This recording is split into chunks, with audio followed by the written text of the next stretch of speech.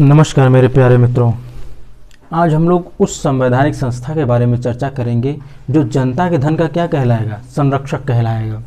आप लोग जानते होंगे, यदि जानते होंगे तो अच्छी बात है, अगर नहीं जानते होंगे तो आज हम लोग बात करेंगे इसके पूरे डिटेल्स के बारे में, यानी कि इसकी हर एक पहलू को देखेंगे, यानी कि इसका कार्यकाल कितना होता है, नियुक्त कौन करता है, किसके समक्ष इसकी शपथ किसके समक्ष ग्रहण करेगा, इसके प्रमुख कार्य क्या होंगे। हम लोग इन सारे सब प्रश्नों का उत्तर ढूंढने के लिए इस पूरे वीडियो यानी इस पूरे लेक्चर को मैं डिस्कस करेंगे। ठीक, तो मित्रों अंत तक बने रहिएगा। आप महान्यायवादी आर्टिकल 148 यानी कि भारत का नियंत्रक महालेखा परीक्षक, भारत का नियंत्रक महालेखा परीक्षक, नियंत्रक ही मतलब क्या होता है, अंकुश लगाना। महालेखा मतलब क्या होता है, लेखा जोखा करना, यानी कि क्या करेगा, राज्य सरकार संघ सरकार के बारे में क्या करेगा, ये रिपोर्ट एक जारी करेगा। कैसे जारी करेगा, कैसे कार्य करेगा, आइए हम लोग इन सारे प्रश्नों के उत्तर ढूंढने के लिए इस आर्टिकल के अंतर्गत चलते हैं। ठीक, तो क्या है आर्टिकल 148, भारत का नियंत्रक महालेखा परीक्षक। ठीक, controller auditor general of India, इसे बोलते हैं कैग, शॉर्ट फॉर्म में इसे बोल देते हैं कैग। ठीक, क्या बोल देते हैं, कैग। कई बार ये होता है कि आपको प्रश्न मिलता है तो ये डायरेक्ट कैग के ही बारे में बोल देता है, तो आप इसको अवश्य जानिएगा कि कैग क्या होते हैं। यही होते भारत के नियंत्रक महालेखा परीक्षक। अब हम लोग ये बात करते हैं तो इनका कार्य क्या होता है प्रमुख। अगर आपको जैसे मेंस में लिखना हुआ तो आप शुरुआत ही करिए कि नियंत्रक महालेखा परीक्षक वह संवैधानिक पद है जिस पर आसीन व्यक्ति क्या करता है, जनता के पैसों का या फिर जनता के धन का क्या करता है, वो क्या करता है, देखभाल करता है। ठीक, या फिर कहा जाए अंकुश लगाता है। और यहाँ तक कि इसका कार्य होता है किस परियोजना के लिए कितने पैसे क्या हुआ इशू किए गए हैं, कितने पैसे लगाए गए हैं, किस प्रोजेक्ट में कितने लगाए गए हैं, ये ऑडिट कर करके क्या करता है। अगर संघ सरकार के लिए अगर ये ऑडिट कर रहा है, रिपोर्ट जारी कर रहा है तो राष्ट्रपति को, यदि राज्य सरकार के लिए यही कार्य कर रहा है तो वो ऑडिट यानी कि वो जो रिपोर्ट रहेगा वो राज्यपाल को देगा। अगर वो संघ सरकार को देता है तो संघ सरकार में क्या होगा, संसद के समक्ष क्या करते हैं, राष्ट्रपति महोदय प्रस्तुत करते हैं कि हाँ कैग महोदय जो हैं उन्होंने अपना ये रिपोर्ट जारी किया है, अपना रिपोर्ट ये दिया है। और उनके इस रिपोर्ट को मानने के लिए सरकार भी क्या होगी, बाध्य होगी। क्या होगी, बाध्य होगी। इन्हीं कारण से ये होता है कि अगर ये कहीं पर भी अपने पद से, जैसे कि मान लिया जाता है इनका कार्यकाल खत्म हो गया, तो ये दोबारा किसी पद पर ये आसीन नहीं हो सकते, चाहे वो भारत सरकार का कोई पद हो, चाहे किसी राज्य सरकार का कहीं पर कोई पद हो, उस पद के अंतर्गत ये कार्य नहीं करेंगे, इसी कारण होता है। आइए अब हम लोग समझते हैं क्या है। तो सबसे पहले हम लोग समझेंगे इनकी नियुक्ति, यानी कि इनकी नियुक्ति कौन करता है। पहला तो ये बात हो गया कि किस अनुच्छेद में इनका प्रावधान है, तो आर्टिकल 148 के अंतर्गत है। ठीक, ये तो आपको पता चल गया। अब हम लोग सोचते हैं कि इनकी नियुक्ति कैसे होती है, इनकी नियुक्ति किसके द्वारा होती है। ठीक, आइए हम लोग बात करते हैं। भारत का एक नियंत्रक महालेखा परीक्षक होगा। कौन होगा, नियंत्रक महालेखा परीक्षक। क्या होगा ये, भारत एक नियंत्रक महालेखा परीक्षक क्यों होगा, क्योंकि इसके ऊपर भी तो शिकंजा लगाना है सरकार के ऊपर कि आखिर ये खर्च कर रही है तो कहाँ कर रही है, कितना कर रही है, कब कर रही है, कैसे कर रही है। इन सारे प्रश्नों का उत्तर ये अपने रिपोर्ट में देते हैं। कौन, कैग महाराज।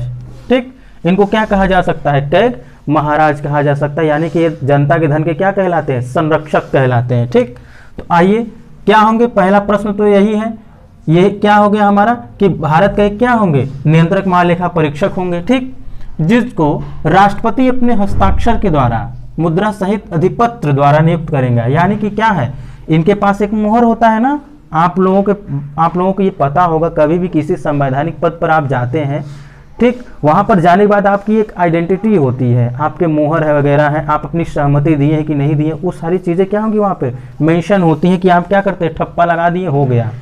ठीक, तो क्या होता है, इनका जब नियुक्ति होता है तो राष्ट्रपति अपने हस्ताक्षर तो करेंगे ही करेंगे, साथ ही साथ अपने जो मुद्रण होता है यानी कि वो जो मोहर लगाना होता है वो भी लगाएंगे। ठीक, लगा करके इनको क्या करेंगे, नियुक्त करेंगे। और पद से केवल उसी रीति से और उन्हीं आधार पर हटाया जा सकता है जिस रीति से किसके, उच्चतम न्यायालय के न्यायाधीश, अर्थात आर्टिकल 124, आर्टिकल 124 का 4।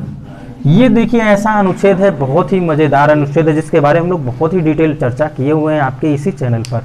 कि बात ये हुई कि इनकी जो नियुक्ति होगी वो राष्ट्रपति महोदय करेंगे, लेकिन अगर इनको इनके पद से हटाना हुआ तो उन्हीं आधार पर और उन्हीं रीति से, यानी उन्हीं प्रोसेस से, जिस प्रोसेस से उच्चतम न्यायालय के न्यायाधीशों को क्या किया जाता है, उनके पद से हटाया जाता है। हटाने के लिए जो प्रोसेस है, उस प्रोसेस के लिए नाम दिया जाता है महाभियोग की प्रक्रिया। महाभियोग की प्रक्रिया दिया जाता है। जैसे कि राष्ट्रपति को भी उसके पद से हटाने के लिए आर्टिकल 61 के अंतर्गत जो प्रावधान है उसको भी क्या कहा जाता है, इम्पीचमेंट कहा जाता है, यानी कि महाभियोग कहा जाता है। तो आप समझ गए होंगे अब तक हम लोगों ने क्या बात कर लिया। भारत का एक नियंत्रक महालेखा परीक्षक होगा जिसकी नियुक्ति राष्ट्रपति महोदय करेंगे, ठीक, और इनको उनके पद से उसी आधार पर और उसी रीति से हटाया जा सकता है जैसे सर्वोच्च न्यायालय के न्यायाधीश को हटाया जाता है, ठीक।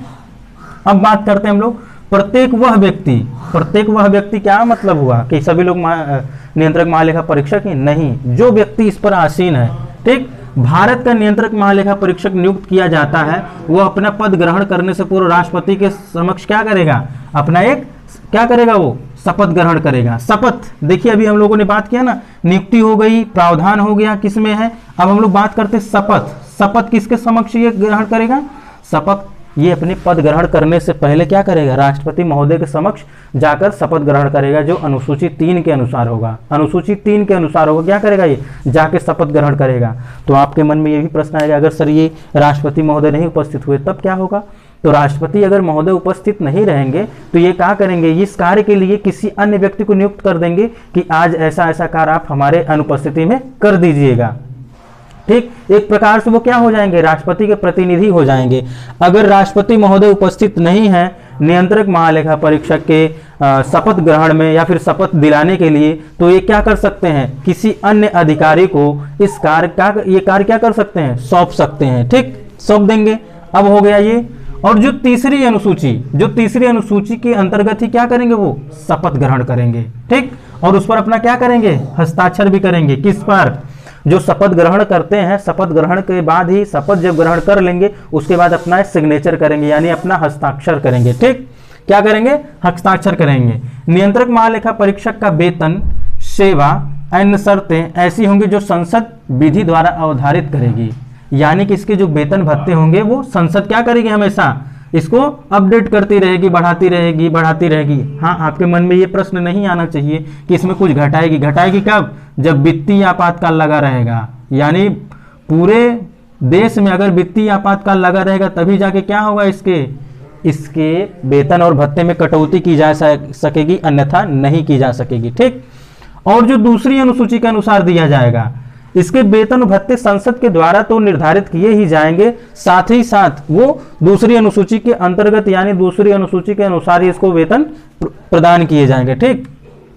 परंतु कभी ऐसा नहीं होगा कि क्या हो, इसके वेतन में, इसके भत्तों में, इसके पेंशन में कोई अलाभकारी से तात्पर्य क्या होता है, पहले मान लीजिए 1 लाख रुपए था, अब क्या कर दिया गया, 10,000 घटा दिया गया। ऐसा नहीं करना है, ठीक। ये हमेशा, इनमें हमेशा प्लस होगा, यानी बढ़ोतरी होगी, कभी घटोतरी नहीं होगी, यानी इसको डिक्रीज नहीं किया जाएगा बल्कि इसको इंक्रीज किया जाएगा। अब हम लोगों ने बात कर लिया, शपथ संवैधानिक प्रावधान कहाँ है, नियुक्ति हो गया, शपथ हो गया, इसके वेतन भत्ते कौन निर्धारित कर रहे हैं, इसके बारे में हम लोगों ने चर्चा कर लिया।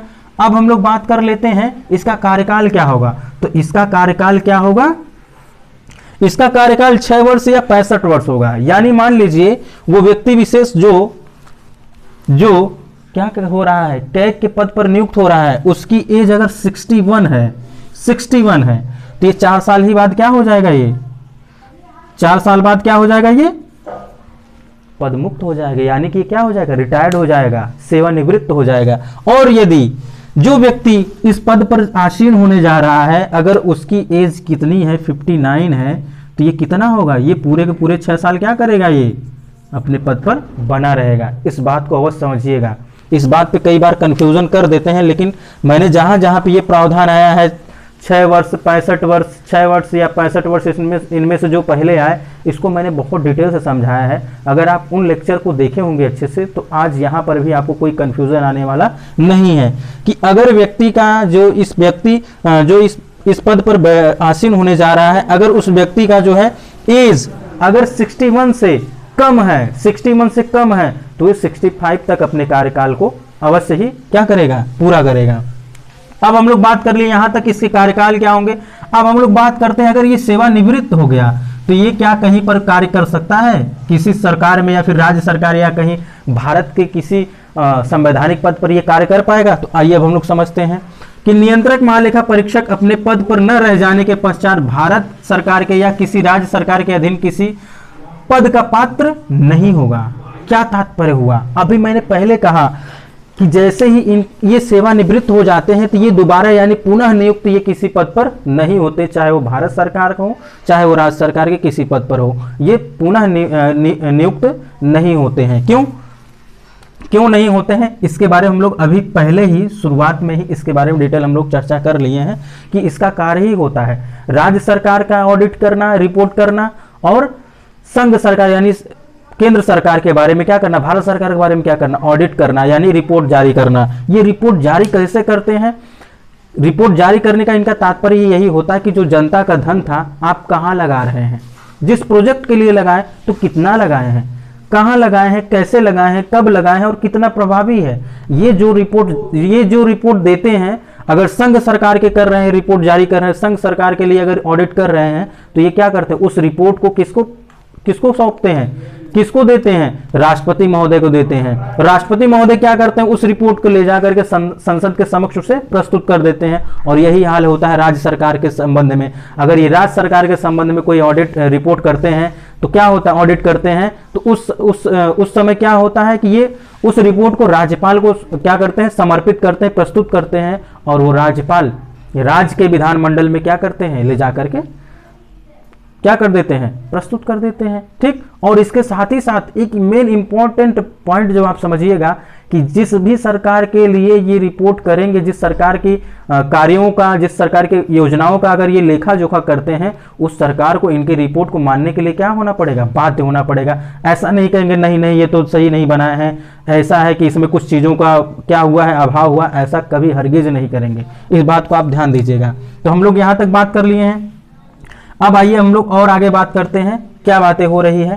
ठीक, इस संविधान के और संसद द्वारा बनाई गई विधि के उपबंधों के अधीन रहते हुए भारतीय लेखा परीक्षक और लेखा विभाग में सेवा करने वाले व्यक्तियों की सेवा व शर्तें नियंत्रक महालेखा परीक्षक से करने के पश्चात राष्ट्रपति द्वारा बनाए गए नियमों के द्वारा विहित किया जाएगा। यानी यहाँ पर बात ये होती है ना कि अब जो नियंत्रक महालेखा परीक्षक, इसके भी तो कुछ कार्यकाल होंगे ना, यानी इसके कुछ कार्यालय होंगे, इनके कुछ कार्यालय होंगे, उनमें जो कार्य करने वाले होंगे, उनमें जो कार्य करने वाले अधिकारी होंगे, अगर उनके संबंध में अगर कोई नियम बनाना है, अगर उनके संबंध में कोई नियम बनाना है तो फर्स्ट ऑफ ऑल किससे, कैग महोदय से क्या करना पड़ेगा, परामर्श लेना पड़ेगा। ठीक, कैग महोदय से क्या करना पड़ेगा, परामर्श लेना पड़ेगा। जो राष्ट्रपति कहेंगे वही बात मानी जाएगी और संसद के द्वारा क्या किया जाएगा, नियमों का निर्माण किया जाएगा।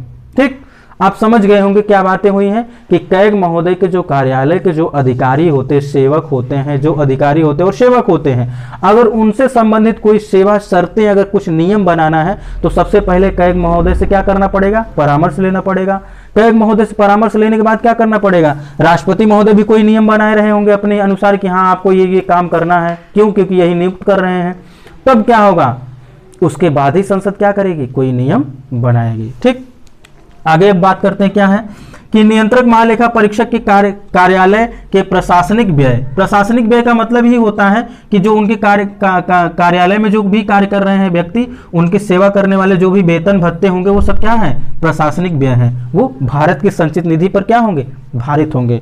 देखिए हम लोगों ने कई सारे पहलुओं से इसको देखे हैं कि भारत के नियंत्रक महालेखा परीक्षक को कैसे नियुक्त किया जाता है, संविधान में किस अनुच्छेद में इनका क्या है, प्रावधान है इस पद का, और इसके साथ ही साथ हम लोग और भी कई सारे पहलुओं पे देखे हैं कि जैसे इनका कार्यकाल कितना होगा। ठीक, और इसके साथ ही साथ हम लोगों ने ये भी देखा है कि अगर ये क्या हो गए, सेवानिवृत्त हो गए, अगर ये सेवानिवृत्त हो गए तो क्या ये किसी और पद पर, ये भारत सरकार या राज्य सरकार के किसी पद पर ये क्या होंगे, पात्र होंगे, नहीं होंगे। हम लोगों ने इसके बारे में भी चर्चा कर लिया है, शपथ के बारे में चर्चा कर लिया है, और इसके साथ ही साथ हम लोगों ने इसके ऑडिट यानी रिपोर्ट कैसे करेंगे इसके बारे में हम लोगों ने चर्चा कर लिया। ये रिपोर्ट किसको किसको सौंपेंगे, कई बार प्रश्न यही पूछ लिया जाता है कि अगर भारत सरकार के लिए नियंत्रक महालेखा यानी भारत का नियंत्रक महालेखा परीक्षक अगर रिपोर्ट जारी कर रहा है, ऑडिट कर रहा है, तो ये अपनी रिपोर्ट किसे सौंपेगा, तो सीधा सा इसका उत्तर बन जाएगा राष्ट्रपति महोदय को।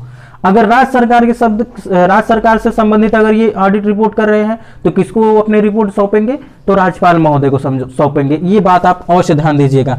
और इसके साथ ही साथ ये इसमें कई सारे प्रावधान हैं जिसमें हम लोग मेन पॉइंट पर भी चर्चा कर लिया और इसको थोड़ा विस्तार में भी देख लिया है। तो मित्रों, आई होप आप लोगों को समझ में आ गया होगा। और अगर इसके बाद भी नहीं समझ में आया, आपको कुछ कन्फ्यूजन रह गए हैं, तो आप उस अपने कन्फ्यूज़न को, उस डाउट को आप हमारे अपने कमेंट बॉक्स में कमेंट करिए। आपके उस डाउट का हम लोग स्वागत करेंगे और उस डाउट का क्या करेंगे, हम लोग सॉल्यूशन करने के लिए नेक्स्ट वीडियो में हम लोग चर्चा करेंगे। तो मित्रों, आज के लिए बस इतना ही। आज हम लोगों ने भारत के नियंत्रक महालेखा परीक्षक के बारे में चर्चा कर लिया है। मिलते हैं हम लोग नेक्स्ट वीडियो में, तब तक के लिए नमस्कार।